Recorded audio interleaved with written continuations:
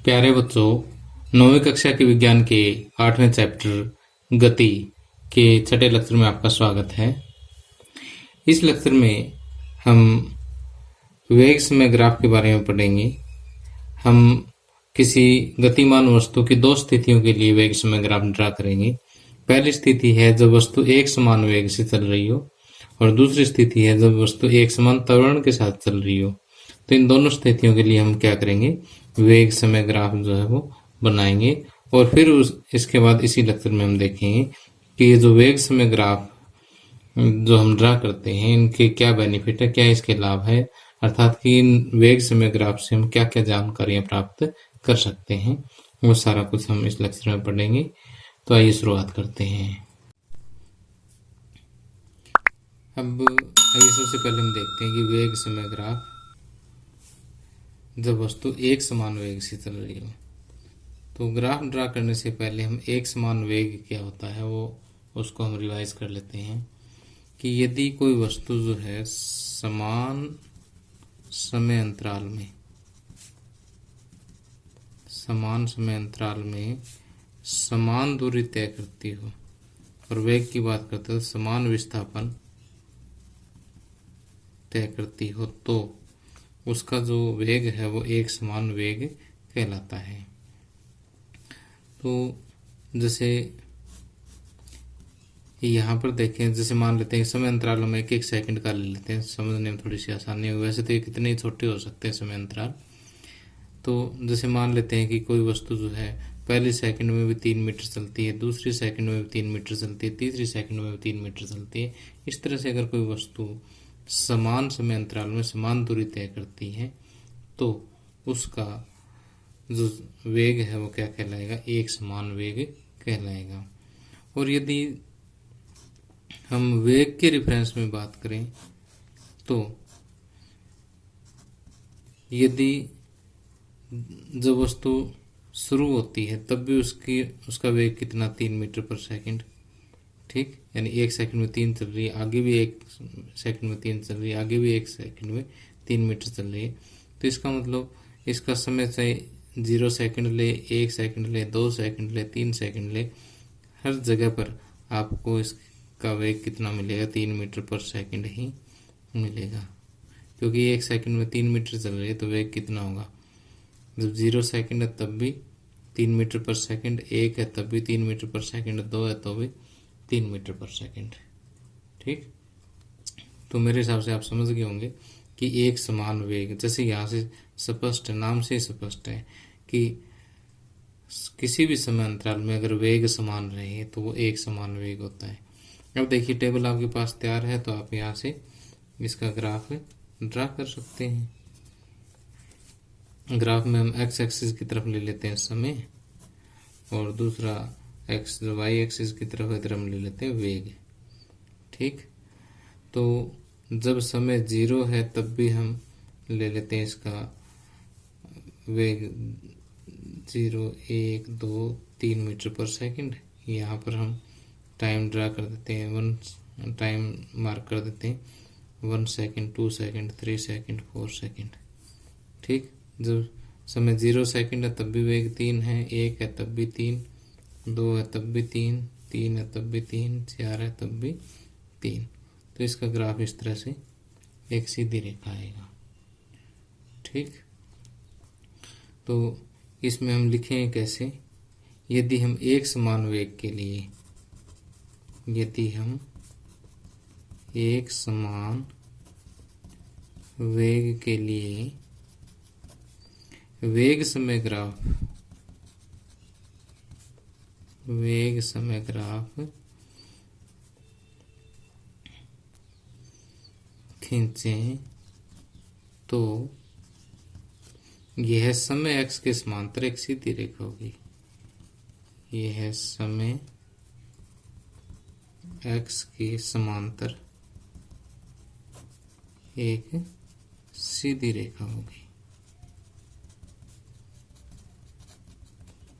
ठीक। तो यदि एग्जाम में आ जाए तो आपको ये जो चीज़ें मैंने समझाई ना, इसको इतना लिखने की ज़रूरत नहीं है, सिर्फ आपने और ये मार्किंग वगैरह करने की ज़रूरत नहीं है। इधर ऐसे करके वेग दिखा दो, ऐसे करके समय दिखा दो, सीधा ग्राफ ड्रा कर दो। यहाँ एक समान वेग की पहले तो परिभाषा लिख दो, ठीक, फिर इसका ग्राफ ड्रा कर दो और फिर ये लाइन लिख दो। यदि हम एक समान वेग के लिए वेग समय ग्राफ खींचे तो ये है समय x के समांतर एक सीधी रेखा होगी, जैसा कि चित्र में दिखाया गया है, जैसा कि चित्र में दर्शाया गया है। तो देखिए, मैंने आपकी सुविधा के लिए नोट्स प्रिपेयर कर दिए हैं। नोट्स का लिंक जो है आप इसी वीडियो के डिस्क्रिप्शन में देख सकते हैं, ठीक है। और वहाँ से आप एक ऐप डाउनलोड करके और ये नोट्स डाउनलोड कर सकते हैं। अब आगे आता है वेग समय ग्राफ जब वस्तु एक समान त्वरण से गतिमान हो। एक समान त्वरण का मतलब है कि यदि वस्तु जो है समान समय अंतराल में यदि उसका वेग समान रूप से बदलता हो। एक समान त्वरण से गतिमान वस्तु कौन सी होती है? यदि वस्तु का वेग समान समय अंतराल में समान रूप से बदलता हो, समान मात्रा में या समान रूप में बदलता हो,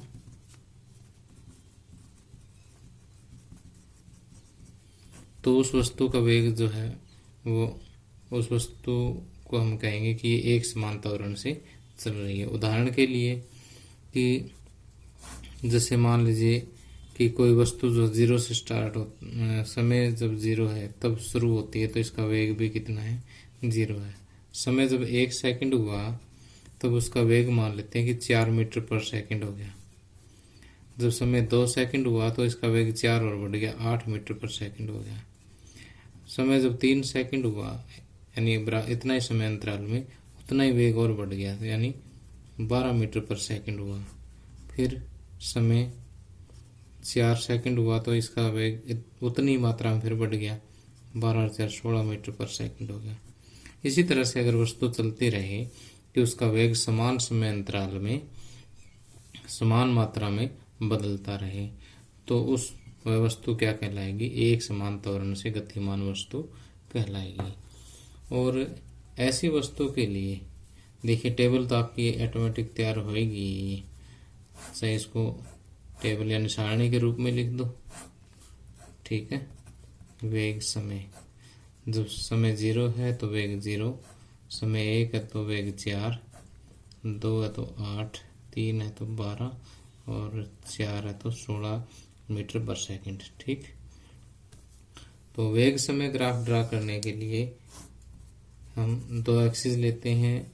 जो एक्स एक्सिस है उस तरफ हम सामान्य तौर पे समय लेते हैं और दूसरी तरफ वेग, ठीक। अब यहाँ पर आप अपने रफली आइडिया से 1 2 3 4 5 अगर ऐसे मार्क करें, इधर 4 8 12 16 इस तरह से ये मीटर प्रति सेकंड में है और ये समय जो है वो सेकंड में है। तो जब देखिए t0 है तो v भी 0, तो बिंदु यहाँ आ जाएगा। t1 है तो v 4, 1 है तो 4, बिंदु यहाँ आ जाएगा। 2 है तो 8, 3 है तो 12, 4 है तो 16। तो इस तरह से सारे बिंदु एक सीध में आएंगे, ठीक। और इसका ग्राफ जो इस तरह से एक सीधी रेखा आएगी जो कि समय x पर झुकी हुई होगी। तो इसके लिए हम लिखेंगे कि यदि हम एक समान त्वरण से गतिमान वस्तु के लिए, यदि हम एक समान त्वरण से गतिमान वस्तु के लिए वेग समय ग्राफ खींचें तो यह एक सीधी रेखा होगी, यह एक सीधी रेखा होगी जो समय x पर झुकी होगी, जो समय x पर झुकी होगी। ठीक, अब देखिए कि यहाँ पर एक स्थिति और भी संभव है। ये हो सकता है कि जब हम समय नोट करना शुरू करें, यानी समय जब 0 सेकंड है, तो वस्तु का वेग ऑलरेडी हो, यानी वस्तु पीछे से चली आ रही हो यहाँ पर, और वस्तु का वेग मान लेते हैं कि 6 मीटर पर सेकंड पहले से ही है। तो 1 सेकंड होगी तो 6 और 4 10 मीटर पर सेकंड हो जाएगा। 2 है तो 10 और 4 14, और 3 है तो 14 और 4 18, कुछ ऐसे आ जाएगा ये। ठीक, और ऐसी स्थिति का अगर हम ग्राफ ड्रा करें तो इधर हम समय लेते हैं और इधर वेग। ठीक, तो ऐसी स्थिति में जब समय 0 है तो वेग की कुछ न कुछ वैल्यू पहले से ही है। ठीक, उसके बाद जब हम ग्राफ ड्रा करेंगे तो वही सीधी रेखा समय एक्स पर झुकी हुई होगी। तो वेग समय ग्राफ की शेप उस तरह की भी हो सकती है और इस तरह की भी हो सकती है। अब आगे हम देखते हैं कि वेग समय ग्राफ के क्या लाभ हैं, अर्थात कि वेग समय ग्राफ से हमें क्या क्या जानकारी प्राप्त हो सकती है। तो सबसे पहले तो जो है ये वेग समय ग्राफ ड्रा कर लेता हूँ मैं, उसके बाद बताता हूँ आपको इसके क्या फायदे हैं। इस साइड हम ले लेते हैं वेग और इस साइड ले लेते हैं समय, और ये लो वेग समय ग्राफ जो अभी हम ड्रा करके आए हैं, सीख के आए हैं, उसी को मैंने दोबारा से ड्रा कर दिया है, दोबारा से खींच दिया है। ठीक, तो सबसे पहले तो हम ये देखते हैं कि इस वेग समय ग्राफ, यानी ये जो लाइन आई है, इसका ढाल हमें क्या बताता है। वेग समय ग्राफ का ढाल। अब कई बच्चे कहेंगे सर ये वेग समय ग्राफ का ढाल क्या चीज़ है, इसके ढलान क्या है। तो ये शायद आप पहली बार इंट्रोड्यूस हो रहे हो तो ऐसा दिमाग में आना तो स्वाभाविक है ही बात। तो मैं आपको ये बताता हूँ कि वेग समय ग्राफ का ढाल या इसका झुकाव जो हम किस तरह से ज्ञात कर सकते हैं, यानी एक सीधी रेखा का झुकाव जो है कैसे ज्ञात कर सकते हैं। उसके लिए आप क्या करोगे कि एक इस तरह से एक समकोण त्रिभुज बनाओगे, और उस समकोण त्रिभुज का कर्ण क्या होना चाहिए, जिस रेखा का आपने झुकाव ज्ञात करना है ना, वो उस समकोण त्रिभुज का क्या होना चाहिए, कर्ण होना चाहिए। ठीक, तो यहाँ पर ये जो कोण है इसको हम थीटा कहते हैं। ठीक, थीटा से भी डरने की जरूरत नहीं है, जैसे इंग्लिश में ABCD होती है ना, उसी तरह से ग्रीक भाषा में अल्फा बीटा गामा वगैरह ये होते हैं, उसी में एक थीटा अक्सर आता है। तो कोण को लगभग आप थीटा से डिनोट करते हैं, मैथमेटिक्स में भी ऐसे ही करेंगे आगे। ठीक, तो मैं आपको क्या समझा रहा हूँ कि एक सीधी रेखा का ढाल यानी उसका झुकाव जो हम किस तरह से ज्ञात करते हैं। तो अब इसका नाम दे देता हूँ मैं ABC, और इसको देता हूँ D, और इसको दे देता हूँ O। अब जो इसका जो ढाल है ना वो किसके बराबर होता है, ये जो समकोण त्रिभुज का लंब वटे में आधार, कि समकोण त्रिभुज के लंब को आधार से अगर हम भाग दे देते हैं तो जो कुछ भी हमारे पास आएगा वो क्या है, इस AB का ढाल होगा। ठीक, और लंब और आधार का ये जो अनुपात है ना उसको हम गणित में कहते हैं टेंजेंट थीटा। ठीक, अभी टेंजेंट थीटा भी आपके लिए एक नई चीज़ है, ये हम 10वीं क्लास के गणित में पढ़ेंगे। लेकिन अब अगर आपको इतना याद रखना कि टेंजेंट थीटा क्या चीज़ होती है, तो समकोण त्रिभुज के लंब को अगर आधार से भाग देते हैं तो टेंजेंट थीटा आ जाता है। ठीक, अगर फिर भी कोई बच्चा प्रेशर मानता है तो इसको छोड़ दो, वेग समय ग्राफ का ढाल बराबर BC/AC कह दो। ठीक, वैसे तो इतनी कोई मुश्किल चीज़ नहीं है, मैंने आसान भाषा में बता दी है। ठीक, तो एक बार फिर से शुरू करता हूँ मैं। वेग समय ग्राफ का ढाल जो है वो लंब बटे आधार के बराबर होता है। ठीक, और जो टेंजेंट थीटा के बराबर होता है, ये लिख दो तो बहुत अच्छा लगेगा। अब BC किसके बराबर है, अब देखो जब समय 0 है तब वस्तु की जो वेग है वो आरंभिक वेग, और आरंभिक वेग आपको पता है कि हम U से डिनोट करते हैं। और जब समय t है तो वस्तु का जो वेग है वो कितना है, v है। जो अंतिम वेग है उसको हम v से डिनोट करते हैं। ठीक, तो यहाँ से बी सी जो है ए बी सी डी, इस बिंदु को मैं ई कह देता हूँ। बी सी जो है वो देखिए यहाँ से ए ई के बराबर है, ठीक। और ए सी जो है वो ओ डी के बराबर है, समझ गए ना। इस चित्र में देखिए कि बी सी जो है वो ए ई के बराबर है और ए सी जो है वो ओ डी के बराबर है। अब ए ई देखिए ओ ई माइनस ओ ए के बराबर है, यानी पूरी लेंथ में से छोटी लेंथ घटा दो, ए ई बच जाएगी, यानी ओ ई माइनस ओ ए वटे में ओ डी। अब देखिए कि ओ ई जो है वो अंतिम वेग के बराबर है और ओ ए आरंभिक वेग के बराबर है, ओ डी ये समय के बराबर है। अंतिम वेग माइनस आरंभिक वेग, ये आ गया वेग में परिवर्तन और वटे में लिया गया समय। तो वेग में परिवर्तन वटे समय ये होता त्वरण। तो यहाँ से आपने एक बहुत इंपॉर्टेंट बात सीखी है कि वेग समय ग्राफ का जो ढाल है, उसका झुकाव जो है वो वस्तु के त्वरण को रिप्रेजेंट करता है। वेग समय ग्राफ का ढाल क्या बताएगा? वस्तु के त्वरण को बताएगा, ठीक। अब देखिए कि वेग समय ग्राफ से अगली जो जानकारी हमें मिलेगी वो वेग समय ग्राफ और समय अक्ष के बीच जो घिरा हुआ क्षेत्रफल है उससे मिलेगी। यानी चित्र से समझाता हूँ आपको। यानी इधर तो हो गया वेग और ये हो गया समय और ये हो गया वेग समय ग्राफ, ठीक। तो इस वेग समय ग्राफ और समय अक्ष के से जो घिरा हुआ एरिया है, ये जो क्षेत्र है, ये वाला जो क्षेत्र पूरा, ये भी आपको कुछ ना कुछ बताएगा। जैसे इसका झुकाव त्वरण बताता है ना, उसी तरह से क्षेत्रफल भी आपको कुछ ना कुछ बताएगा। देखते हैं क्या बताता है। तो एक बार क्षेत्रफल ड्रा करने के लिए हम यहाँ पर एक लाइन ड्रा कर लेते हैं। ठीक उसी तरह से हम नाम दे देते हैं A B C D O, ठीक। तो यहाँ पर वेग समय ग्राफ व समय एक्स के बीच का क्षेत्रफल किसके बराबर होगा?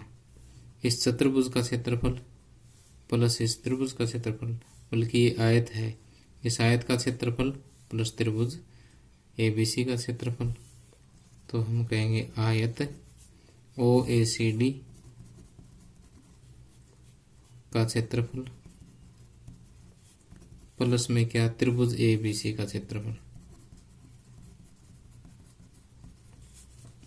अब देखिए कि आयत ओएसीडी का क्षेत्रफल लंबाई गुणा चौड़ाई, यानी ओ ए गुणा ओ डी से चौड़ाई गुणा लंबाई कर दो, एक ही बात है। अब त्रिभुज का क्षेत्रफल क्या होता है? 1/2 आधार गुणा ऊंचाई, 1/2 आधार हो गया ए सी और ऊंचाई हो गई बी सी, ठीक। अब देखिए, अब यहाँ से ठीक पिछले चित्र की तरह से ही हम जब समय 0 है तो जो वेग है वो आरंभिक वेग u होता है, और जब समय t है तो अंतिम वेग जो है वो किसके बराबर होगा? v के बराबर होगा। और यहाँ पर जो हमने इसका नामांकन कर रखा बिंदुओं का a b c d o, और इसको हम e कह देते हैं, ठीक। तो अब देखिए कि ओ ए इंटू ओ डी, इसको तो ऐसा कैसे रखते हैं 1/2 ए सी को मैं ओ डी के बराबर कह देता हूँ, और बी सी जो है वो ए ई के बराबर है, क्योंकि ये चीज़ इसके इक्वल और पैरेलल है, तो बराबर और समांतर है, तो मैं इसके बराबर कह सकता हूँ इसको, ठीक। ओ ए गुणा ओ डी, इसको रिपीट कर दिया, कोई चेंज नहीं किया मैंने, 1/2 ओ डी, और ए ई को मैं कहूँगा ओ ई माइनस ओ ए, ओ ई माइनस ओ ए। ठीक, अब देखिए ओ ए आरंभिक वेग के बराबर है, ओ डी टी के समय के बराबर है, तो ये आपस में गुणा में है, तो बीच में गुणा का निशान लगाना कोई ज़रूरी नहीं है, सीधा लिख दिया तो अंडरस्टूड है कि गुणा में ही है। 1/2 ओ डी फिर टी के बराबर हो गया, ओ ई माइनस ओ ई हो गया वी के बराबर, ओ ए हो गया यू के बराबर।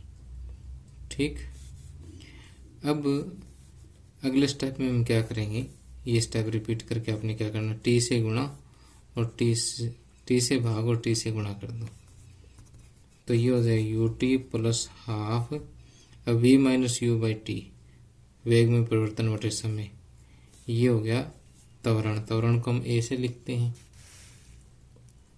एक बार फिर से यू टी मैंने यहाँ लिख दिया, 1/2 ये लिख दिया, V minus U by T वेग में परिवर्तन बटे समय त्वरण होता है, टी गुणा टी टी स्क्वेयर होता है। देखिए you T plus half A T square ये होता है क्या, विस्थापन।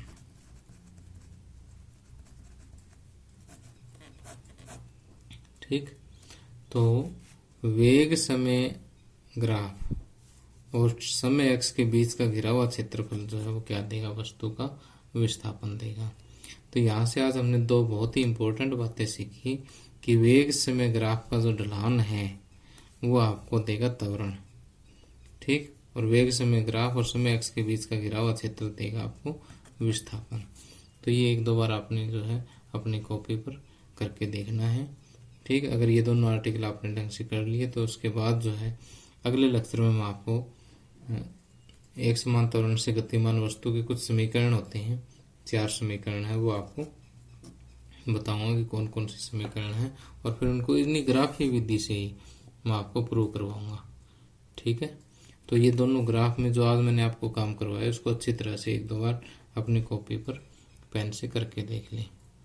ठीक है, तो प्यारे बच्चों, आपको मेरा लेक्चर कैसा लगा मुझे कमेंट करके ज़रूर बताना। Thank you, have a nice day.